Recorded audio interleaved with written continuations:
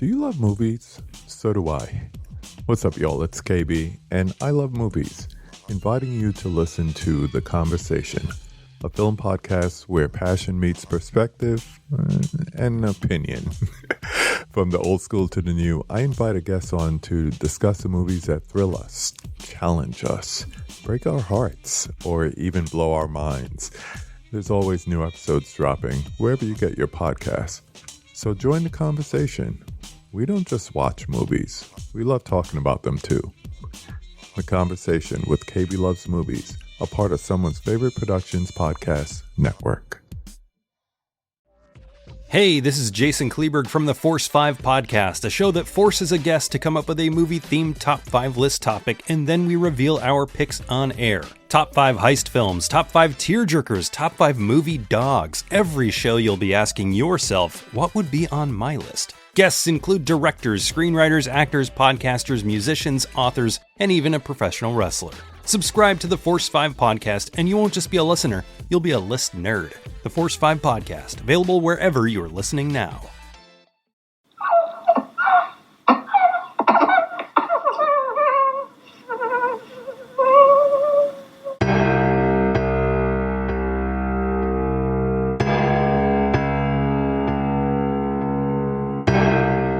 Welcome to Wake Up Heavy, my weird dad's weird podcast about weird movies.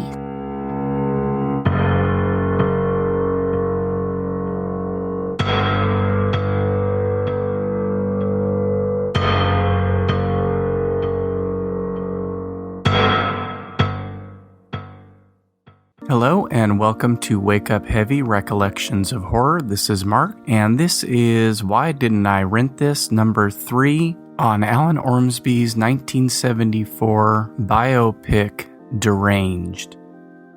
Much like the horror classics Psycho, the Texas Chain Saw Massacre, and Silence of the Lambs, this is inspired by the true life crimes of Ed Gein.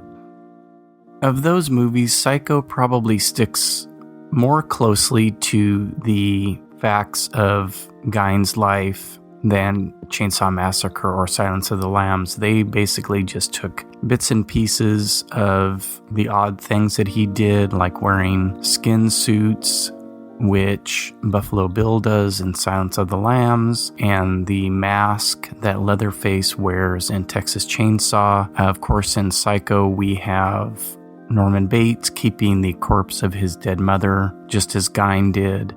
But Deranged is definitely the most accurate retelling of Gein's crimes.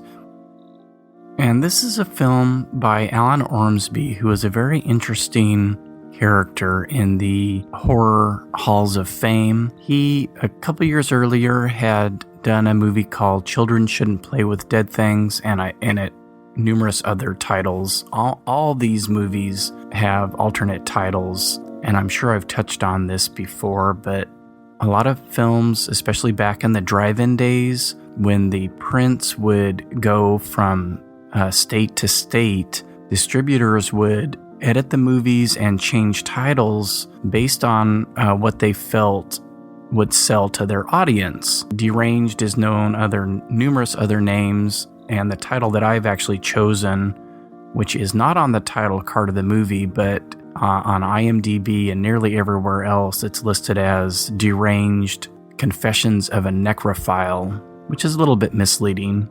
There is no sex with corpses in the movie. Thank God for that, at least.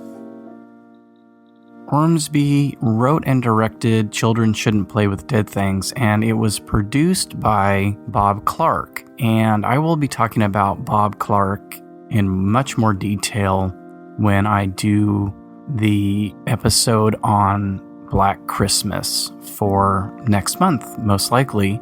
Ormsby and Clark worked together a number of times through the years, with Ormsby writing the scripts and Bob Clark producing and or directing. So they worked on Children Shouldn't Play with Dead Things. They worked on Dead of Night, which will most likely be another episode of Why Didn't I Rent This? And Porky's and their sequels.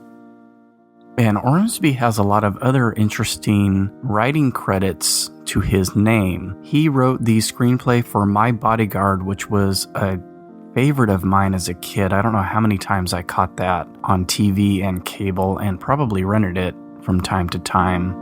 And then he wrote the screenplay for Cat People, The Substitute, and Popcorn, which is a movie I've not seen. And from what I gathered just by my tiny bit of research, I think that his script was changed quite a bit. And I know that he was the original director on the movie and got fired after 3 weeks. And the original actress got fired after 3 weeks. So something was going on during the production that I guess the production company wasn't happy with. So they made major changes. But that is one that I've been meaning to see for a while now. The other really odd credit to his name is an additional story material credit for Disney's Mulan. And I need to look into that deeper to see what part he played in writing any of that movie. Long before I knew about any of his movies, I was very well acquainted with another work by him, and I have an image of this in the blog entry for this episode. But it was a book that he wrote called Movie Monsters. He dabbled not only in writing and directing, but he did makeup effects as well. And he did the makeup, I think all of the makeup effects for Children Shouldn't Play with Dead Things. And I'm pretty sure he did some of the effects in Dead of Night. And he does some of the effects in Deranged, although Tom Savini is credited with the creating the corpses that are shown in the movie. I must have checked out this book I don't know how many times when I was a kid, and I really, really, really wanted to recreate the Frankenstein monster makeup that he had in there.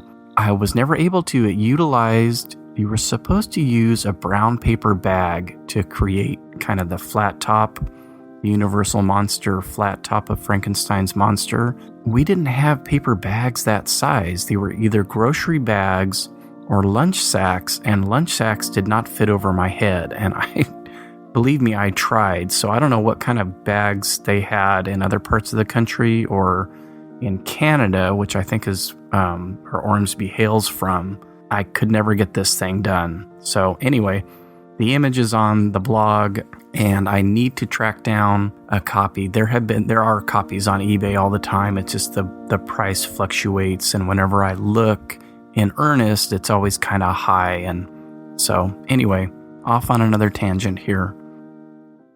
So why didn't I rent this? I think the cover kind of put me off a bit back in the early 80s, mid 80s. This was a title that I definitely saw in the video store. A lot of times the images, especially on the back, where the description is, would be kind of off-putting to me. And I think it's why I steered clear of things like Texas Chain Saw and I Spit on Your Grave and some of those other exploitation movies like Last House on the Left, things like that had kind of a notoriety and maybe even, had stickers on their boxes that said banned in 26 countries or something like that. And I was not into that kind of thing. And I think for whatever reason, I lumped Deranged in with all that because of the box art. You've got a woman's legs kind of upside down and hogtied, just like a hog being prepared for slaughter. And I won't go into any more details regarding that so as to avoid any spoilers. Roberts Blossom stars as Ezra Cobb, and I think this was his one starring role. He had been acting since I think the late 50s, mostly in bit parts, and he would be in Close Encounters of the Third Kind as the nutty guy who claims that he saw Bigfoot, as well as the aliens. And he was in Escape from Alcatraz, Christine, and Home Alone as the old neighbor that everybody's scared of, but is really a nice guy. And he really nails this part. He plays it with a childlike innocence that really juxtaposes with the horrible things that he does. And I just wanted to play a couple clips here that show not only how sheltered he was, but the naivete that he presents throughout. And here we have Ezra discussing the obituaries with his neighbors, his only real friends in the movie. This kind of really shows his naivete about worldly things. Well, look, when a body dies, they take all the information and they put it in the newspaper in the obituary section.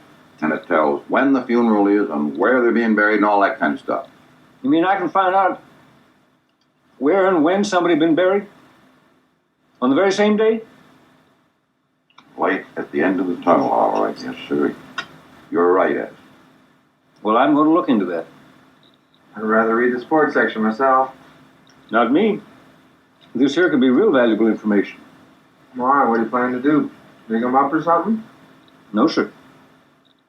Wouldn't have to dig it all up. And then lastly, here we have Ezra singing in the bar for Mary, who has now become his new obsession. Mary, Mary, Mary, Mary. And part of his big problem is how he was raised by his mom, being so sheltered and led to believe that the outside world was nothing but evil and that women were to be avoided at all costs. Maureen Selby.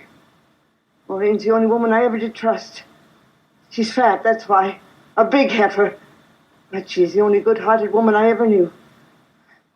As for the rest of them, a lot of filthy, black-souled sluts with pus-filled sores that... As an audience, you do feel badly for Ezra, and there is a lot of sympathy for him, and that's mainly due to Blossom's portrayal of this dim-witted man, but you're also very aware of the really messed up stuff he's doing. For me, as far as my enjoyment goes, there is a lot of black humor in this movie, and I know that I've touched on horror comedy and not being my favorite. Black humor I love. I always kind of think of the best example for me, or one of the better examples for me, is Bob Balaban's Parents, which I watched years ago and finally rewatched a couple years ago, and I was like, oh yeah, I've seen this movie and I loved it. And it is just full. It is pitch black humor. There is a lot of really dark humor in this, and I almost think that a lot of it is unintentional. It's just Blossom's portrayal. It really goes against the things that he's doing. His reactions to things are generally what cause the dark humor. This is Ezra driving in his car just after he has exhumed his mother's body. She's the girl of my dreams. And her fair face beats the sweetheart of Sigma Chi.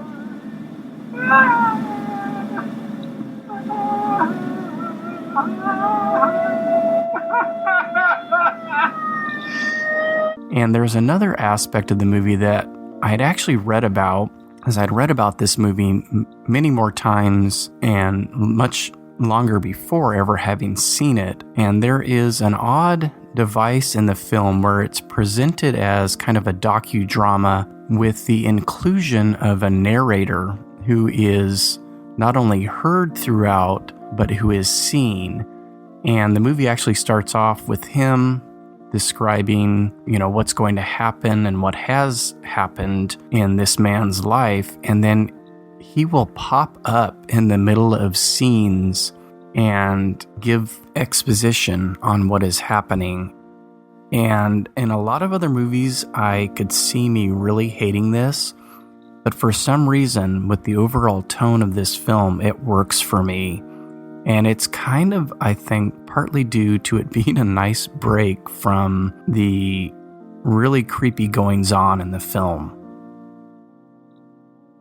And this guy who plays the narrator is a Bob Clark regular, and he appears in Black Christmas and A Christmas Story, which again I will discuss more in depth when I get to Black Christmas.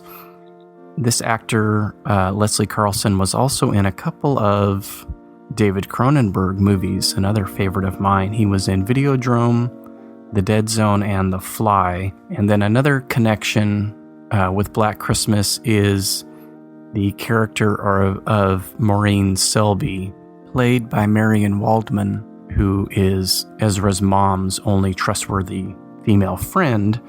She plays Mrs. Mack, the incredible house mother in Black Christmas.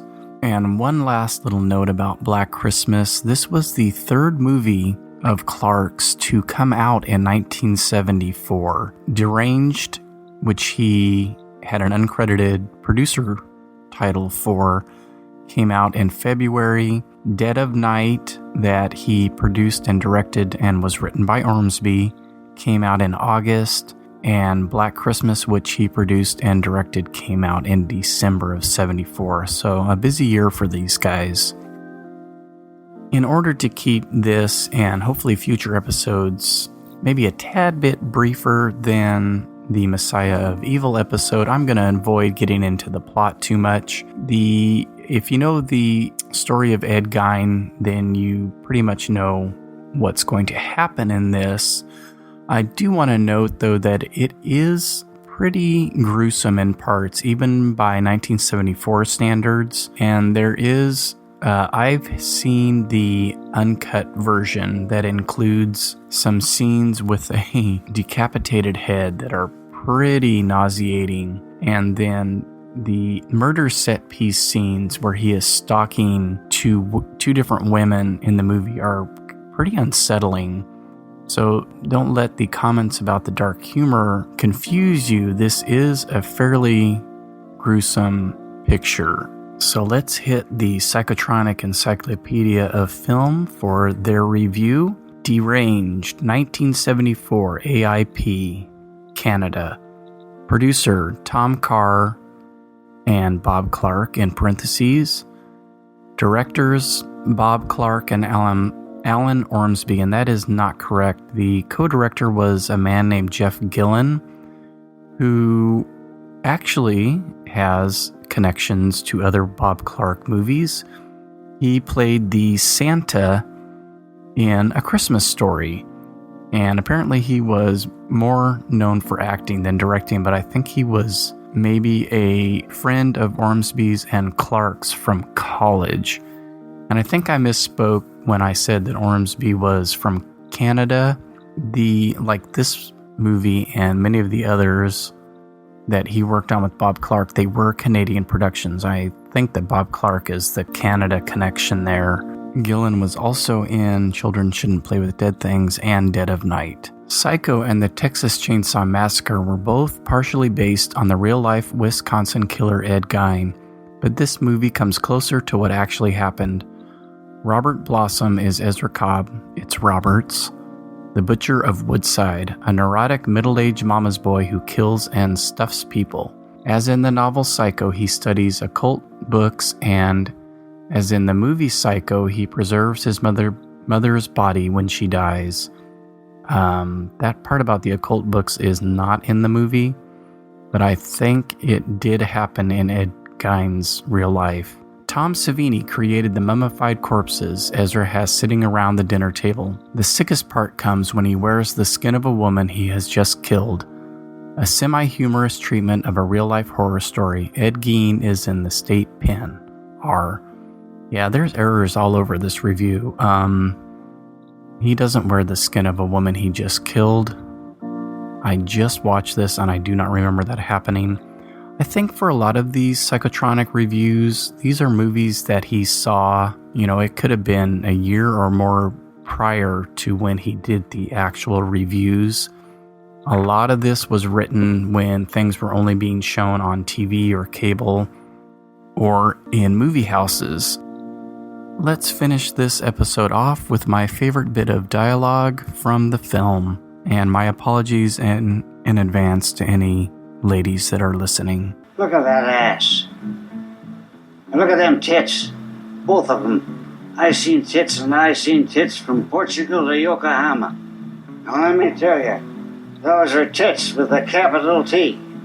And yes, I'm 12 years old. Oh, sorry, let me break in here and mention that I have decided that I will leave these short random episodes up for 2 weeks or when the next episode is created, whichever one is longer. So they will be up for at least 2 weeks. I may get a whim at any time to do one of these short episodes, and so I don't want to just drop them off the second I put a new one up. Let's really end now with how we began and Ezra's last little chilling chuckle as the movie ends. So goodbye for now, and don't forget to wake up heavy.